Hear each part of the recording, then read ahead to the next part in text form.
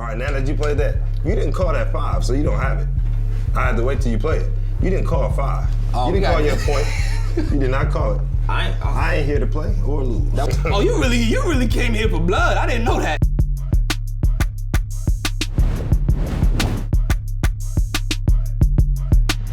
Welcome to another episode of Points Were Made, the show where we don't just score points, we also make them, like a black pastor on Christmas Day.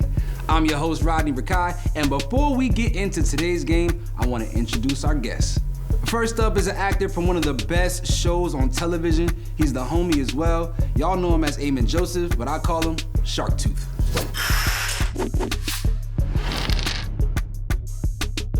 Next up is one of the best rappers anywhere, but he's from Columbus, Ohio. His name is Jerreau, but when we go out to dinner, I call him Mustache.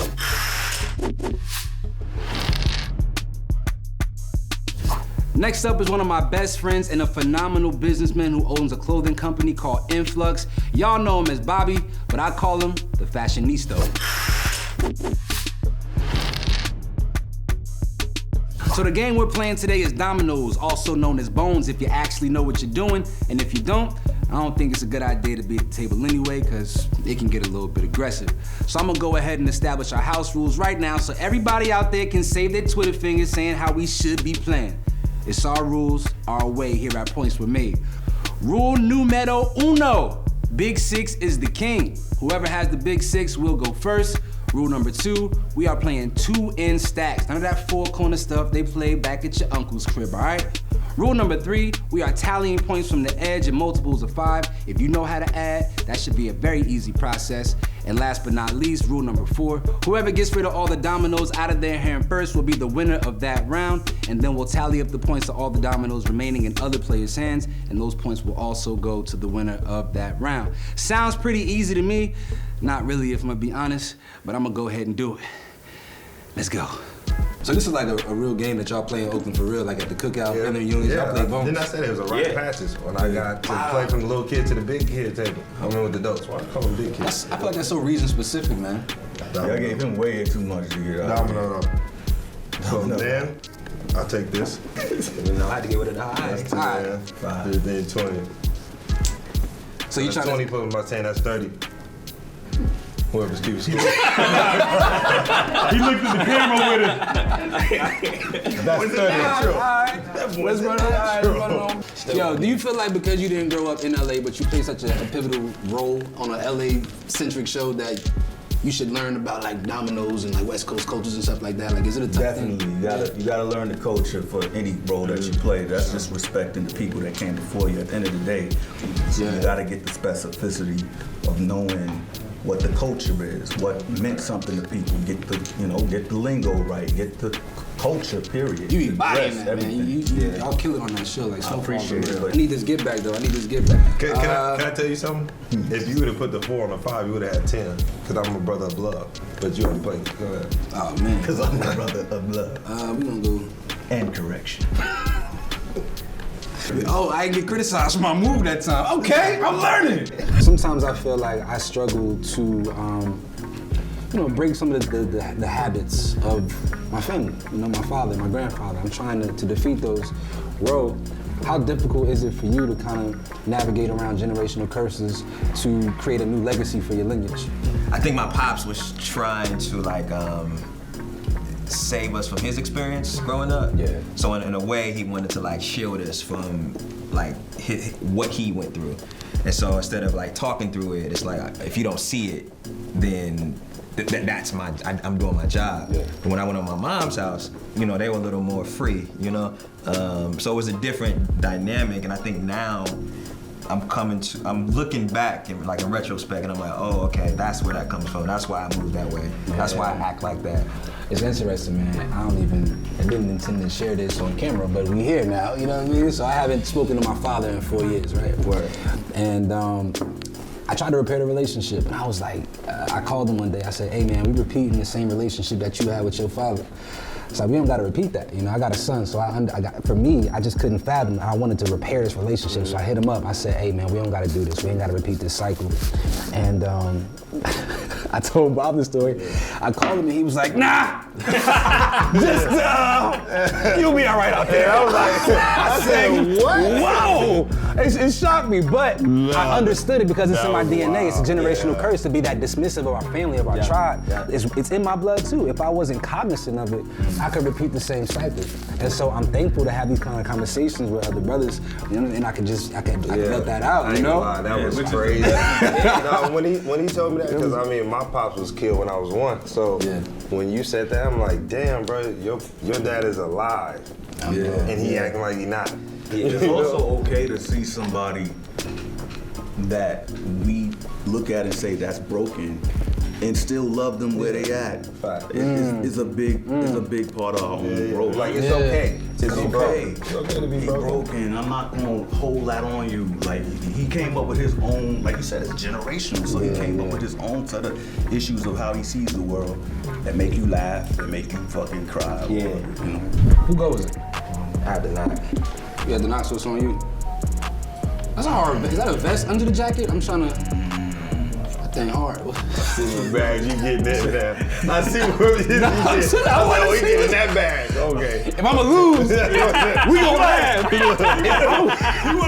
If I'm gonna lose and chop it down, we gonna The Black Student Union situation. You're supposed to be my brother. You're supposed to be my brother, man. I want to take a second to see where we at with the score. I feel like I'm struggling, and I need to know what's going on. I think I'm up 95. We ain't gotta worry about Let's the score. tally. This is No, we gonna tally up the score real quick. As it stands right now, Bob got 95. I do it for my people, though. Bro got 10. Amin got 10. I got donut. I could live with that. Nice. I could live with that. I could live with myself. But you called it out. Let's go ahead and get. You called it out. He said, wait, Rodney got 10? Here go. I just want to reiterate. This is my comeback. This is my second time playing. This is my first, brother. So we want to reiterate. Bro, as an artist, man, like how challenging is it to get started in the music industry? Play. Anybody with a laptop, a phone can make music. The internet, it kind of, in some ways, levels the playing field. Yeah. But in some ways, it's cloudy still. You know, it's like the more things change, the more they stay the same kind of thing. So, Bob, you also have the clothing line and the home goods. You got a lot of things going on in the pipeline as it pertains to influx, man. What does it mean to bring culture home? Like bringing culture to the people who are actually from these spaces. I saw a brand that I won't name, and like they were doing cultural things, but no one was black. And I wasn't mad at them, I was mad at us. I was like, God damn, like, we know all those things, but we're not putting it on product and putting it in a position for us to like do something with it. Amen, man. One of the things that I struggle with, and I think a lot of people do in general, is just like having a level of complacency and having to fight through that to really chase your dreams. Did you have to overcome any of that? Just, you know, not feeling confident, not feeling strong in the dream that you were going after ever? I remember times looking at the television and being kind of, you know, I was hating. I'd be looking at the television like, yo, why is these people working? Why am I not working? What's going on? And I had to realize that I had to root that out of myself.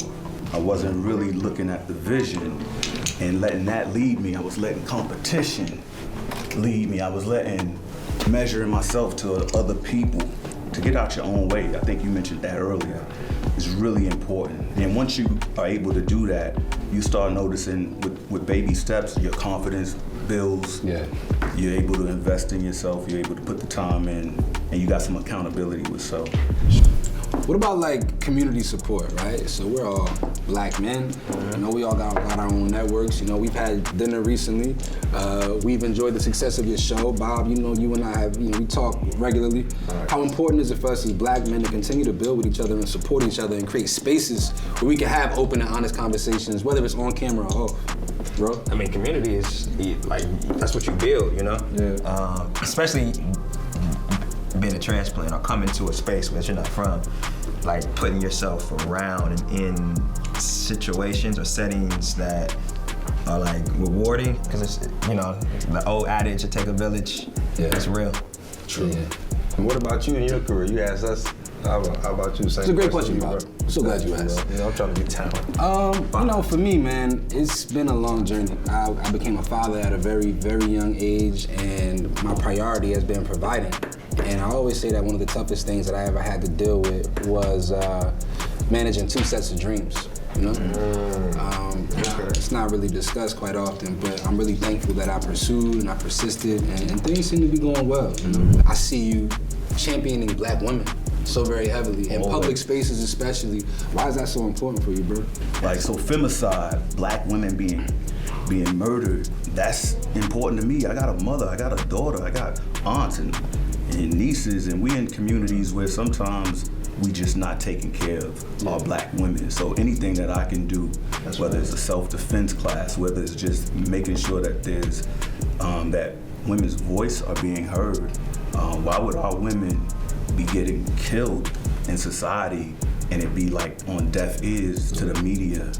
Right now, I think the statistic is a Black woman is killed every 5.5 hours in America. That's wild, man. And that's just wild. So anything that I can do to bring attention to those type of things, important to me. 1000%. Wow. I didn't even know that statistic at all. Yeah. I know it's heavy, but whose goal is it next? It's on me. I didn't want to cut him off. Domino.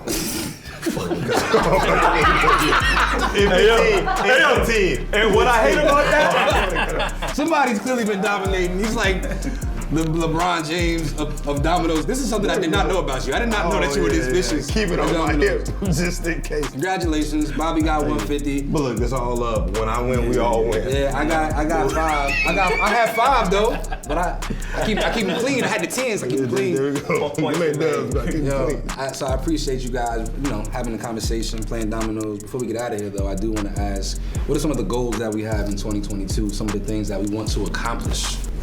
I feel like I'm doing better than I ever thought I would be.